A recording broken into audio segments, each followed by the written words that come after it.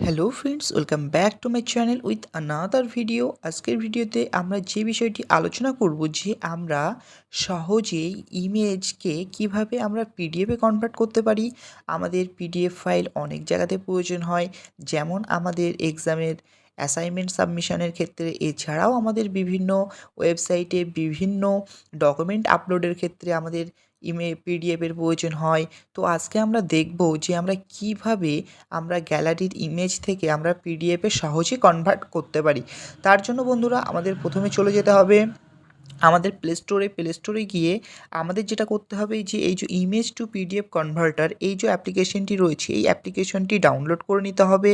নেওয়ার পরে চলো আমি দেখাচ্ছি যে ইমেজ টু পিডিএফ কনভার্টারে ক্লিক করলাম। দেখো, ইমেজ টু পিডিএফ কনভার্টারে ক্লিক করার পরে অ্যাপটি লোডিং হচ্ছে।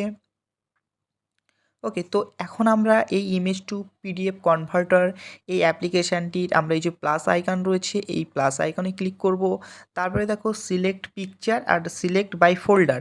এখন আমরা এখান থেকে ফোল্ডার থেকে সিলেক্ট করতে পারি এবং আমরা পিকচার থেকেও সিলেক্ট করতে পারি।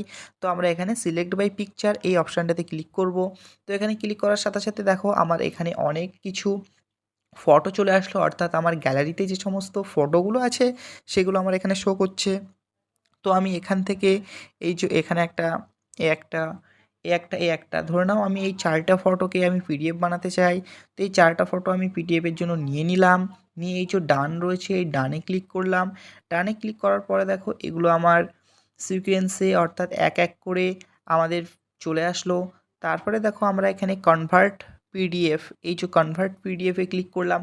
তারপরে দেখো বন্ধুরা এই যে কম্প্রেস ইমেজ, এই যে কম্প্রেস ইমেজটা রয়েছে, এই কম্প্রেস ইমেজ অর্থাৎ যদি এটাকে আমরা লো করি তাহলে পরে আমাদের যে পিডিএফের যে এমবিটা রয়েছে, অর্থাৎ আমাদের পিডিএফের যে স্পেসটা রয়েছে সেটা কমে যাবে।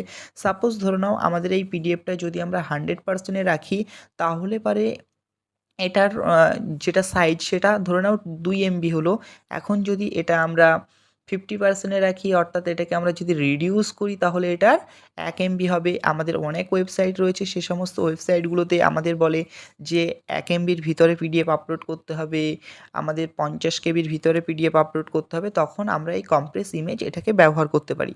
তারপরে দেখো আমরা যদি এই ফাইলের নেমটা চেঞ্জ করতে পারি, তো দেখো আমরা এই ফাইলের নেমটা চেঞ্জ করলাম। তো দেখো এখানে আমরা রাখলাম যে হেলথ প্রোডাক্ট ফটো, এই হেলথ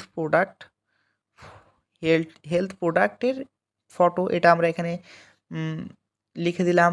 তো এখন দেখো আমাদের কনভার্ট টু পিডিএফ, এই যে এখানে ক্লিক করলাম, এটা আমাদের পিডিএফে কনভার্ট হয়ে গেল। এখন আমরা কি করব, এখন আমরা যদি এটাকে ওপেন করতে চাই তাহলে তো এই যে ওপেনে ক্লিক করলাম। তারপরে দেখো আমাদের পিডিএফ ভিউয়ার বা অ্যাডোবি অ্যাক্রোব্যাট যেটা আছে সেটাতে তোমাদের শো করবে, সেখান থেকে তোমরা পিডিএফটা দেখে নিতে পারো। চলো আমরা অ্যাডোবি থেকে দেখে নিই পিডিএফটা কেমন হয়েছে। তখন চলো আমাদের এখন লোডিং হচ্ছে। এ দেখো বন্ধুরা আমাদের পিডিএফটা চলে এসছে। এখন আমি যেহেতু এটাকে 50% রিডিউস করেছিলাম, তো সেই জন্য আমাদের এই যে কোয়ালিটিটা একটু খারাপ হয়ে গেছে। তো দেখো পিডিএফ আমাদের রেডি হয়ে গেছে। তো চলো এখন আমাদের এই পিডিএফটা কিন্তু আমাদের ফাইলে শো করবে না। এই পিডিএফটা যদি আমাদের ফাইলে শো করাতে হয় তাহলে পরে এই যে অপশানটাতে আমাদের ক্লিক করাতে হবে। ক্লিক করানোর পর দেখো আমাদের এটা ফাইল ম্যানেজারের ডেস্ক ওপেন হয়ে গেল। তারপরে দেখো এই যে সেভ বাটন রয়েছে, এই যে সেভ বাটনে আমাদের ক্লিক করতে হবে। ওকে, তাহলে পরে এটা আমাদের যে মেন স্টোরেজ আছে মোবাইলের, আমাদের মোবাইলের স্টোরেজে গিয়ে এটা সেভ হয়ে যাবে। তো আশা করি ভিডিওটা তোমাদের ভালো লেগেছে। ভালো লাগলে আমাদের চ্যানেলটি অবশ্যই সাবস্ক্রাইব করবে এবং আমাদের পাশে থাকবে। যদি ভিডিওটা ভালো লেগে থাকে তাহলে অবশ্যই ভিডিওতে একটা লাইক করবে এবং কমেন্ট বক্সে জানাও পরবর্তীতে তোমাদের কী ধরনের ভিডিও তোমরা পেতে চাও। ওকে বন্ধুরা, এতদূর পর্যন্ত দেখার জন্য তোমাদেরকে অসংখ্য অসংখ্য ধন্যবাদ।